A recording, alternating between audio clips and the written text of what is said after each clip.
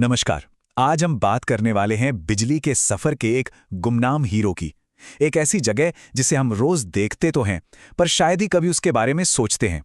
जी हां, हम बात कर रहे हैं इलेक्ट्रिकल सबस्टेशन की। ये वो चीज है जिसके बिना हमारी मॉडर्न दुनिया, सच कहें तो एक पल भी नहीं चल सकती। ये बात कभी सोची है कि पावर प्लांट जो शायद हमसे सैकड़ों किलोमीटर दूर है, वहां बिजली बनती है और हमारे घर में बस एक स्विच दबाते ही लाइट जल जाती है। इतना लंबा सफर, इतनी हाई पावर एनर्जी, आखिर ये हमारे घरों तक इतनी सेफली पहुंचती कैसे है?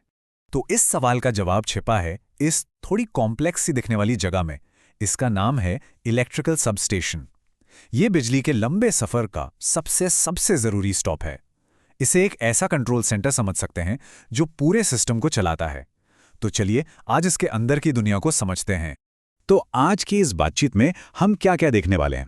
सबसे पहले कि भाई ये सबस्टेशन आखिर है क्या, फिर इसके 4 सबसे बड़े काम क्या हैं। इसके बाद हम इसके अंदर के जरूरी इक्विपमेंट्स को देखेंगे और आखिर में जानेंगे कि ये कितने अलग-अलग तरह के होते हैं। तो चलिए शुरू करते हैं पहले सेक्शन से। देखिए, सबस्टेशन को समझने का सबसे आसान तरीका है उसे बिजली की दुनिया का ट्रैफिक कंट्रोल सेंटर मानना। बिल्कुल वैसे ही जैसे ट्रैफिक पुलिस ये तय करती है कि कौन सी गाड़ी कहाँ जाएगी, सबस्टेशन ये तय करता है कि बिजली कहाँ, कब और कितनी जाएगी। तो अगर हम इसकी टेक्निकल परिभाषा देखें तो सबस्टेशन एक ऐसी फैसिलिटी है जहां बिजली के वोल्टेज को बदला जाता है। अब इसका क्या मतलब है? देखिए, पावर प्लांट में जो बिजली बनती है ना, वो बहुत हाई वोल्टेज पर होती है, करीब करीब 11,000 वोल्ट पर। लेकिन हमारे घरों में तो सिर्फ 230 वोल्ट ही आता है। तो इस वोल्टेज को इतना कम करने का काम या कभी-कभी ट्रांसमिशन के लिए बढ़ाने का काम, ये सब होता है सबस्टेशन के अंदर। तो सवाल ये है कि क्या सबस्टेशन का काम सिर्फ वोल्टेज को ऊपर नीचे करना है? नहीं, बिल्कुल नहीं। असल में इसके 4 बहुत ही बड़े और जरूरी काम हैं जिनके बिना पूरा पावर ग्रिड चल ही नहीं सकता। तो ये हैं वो 4 काम। पहला, वोल्टेज कंट्रोल, मतलब वोल्टेज को बढ़ाना या घटाना। दूसरा है मीटरिंग, यानी ये हिसाब रखना कि कितनी बिजली कहाँ जा रही है। तीसरा और बहुत जरूरी, लोड बैलेंसिंग, जो डिमांड और सप्लाई के बीच तालमेल बिठाता है। और चौथा है सेफ्टी और क्वालिटी को पक्का करना। इनमें से लोड बैलेंसिंग शायद सबसे मजेदार काम है। चलिए एक छोटे से एग्जाम्पल से समझते हैं कि ये कितना जरूरी है और कैसे ये पूरे ग्रिड को ठप होने से बचाता है। ओके, तो मान लेते हैं कि एक पावर प्लांट है जो 1000 वॉट बिजली बना रहा है। अब इसमें से 700 वॉट एक शहर को जा रही है और 250 वॉट एक गांव को। तो टोटल खपत कितनी हुई? 950 वॉट। और प्रोडक्शन है 1000 वॉट। मतलब सप्लाई ज्यादा है, डिमांड कम, सब कुछ एकदम बढ़िया चल रहा है। लेकिन अचानक शहर की डिमांड बढ़ जाती है। मान लीजिए 850 वॉट हो गई। अब टोटल डिमांड कितनी हो गई? 850 शहर की और 250 गांव की, यानी 1100 वॉट। पर हमारा प्रोडक्शन तो सिर्फ 1000 वॉट है। ये एक क्लासिक ओवरलोड की सिचुएशन है और अगर इसे संभाला नहीं गया तो पूरा का पूरा पावर प्लांट ट्रिप हो जाएगा। मतलब शहर और गांव दोनों जगह बत्ती गुल। और यहीं पर सबस्टेशन अपना कमाल दिखाता है। पूरे ग्रिड को फेल होने से बचाने के लिए सबस्टेशन फौरन गांव की सप्लाई को काटता है और उस बिजली को शहर की तरफ डाइवर्ट कर देता है। इससे क्या होता है? सिस्टम बंद होने से बच जाता है। हाँ, इसी वजह से कई बार गांव में पावर कट्स ज्यादा होते हैं। इसके अलावा सबस्टेशन कैपेसिटर बैंक्स जैसे इक्विपमेंट से पावर की क्वालिटी भी मेंटेन करता है ताकि वोल्टेज स्टेबल रहे। तो अब हम ये तो समझ गए कि सबस्टेशन क्यों इतना जरूरी है। अब देखते हैं कि ये अपना काम कैसे करता है। आखिर इसके अंदर ऐसे कौन-कौन से मेन इक्विपमेंट्स होते हैं जो ये सब मुमकिन बनाते हैं। सबस्टेशन का दिल, उसका सबसे जरूरी और सबसे महंगा हिस्सा, वो है पावर ट्रांसफार्मर। सच तो ये है कि सबस्टेशन में लगे बाकी सारे इक्विपमेंट का मेन काम ही इस ट्रांसफार्मर को प्रोटेक्ट करना होता है। और इसका काम क्या है? वोल्टेज को स्टेप अप यानी बढ़ाना या स्टेप डाउन यानी घटाना।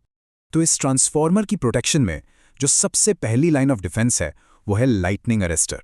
जैसा नाम से ही पता चल रहा है, यह आसमानी बिजली से बचाता है। इसे आप अपने घर के लिए जो सर्ज प्रोटेक्टर इस्तेमाल करते हैं ना, बस उसी का एक बहुत बहुत बड़ा रूप समझ लीजिए। जब भी ट्रांसमिशन लाइन पर आसमानी बिजली गिरती है तो वोल्टेज एकदम से हजारों गुना बढ़ जाता है।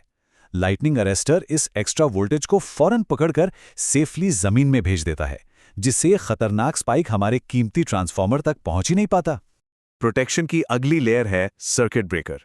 इसे हम पूरे ग्रिड का मास्टर सेफ्टी स्विच कह सकते हैं, जो किसी भी गड़बड़ी पर तुरंत एक्शन में आ जाता है।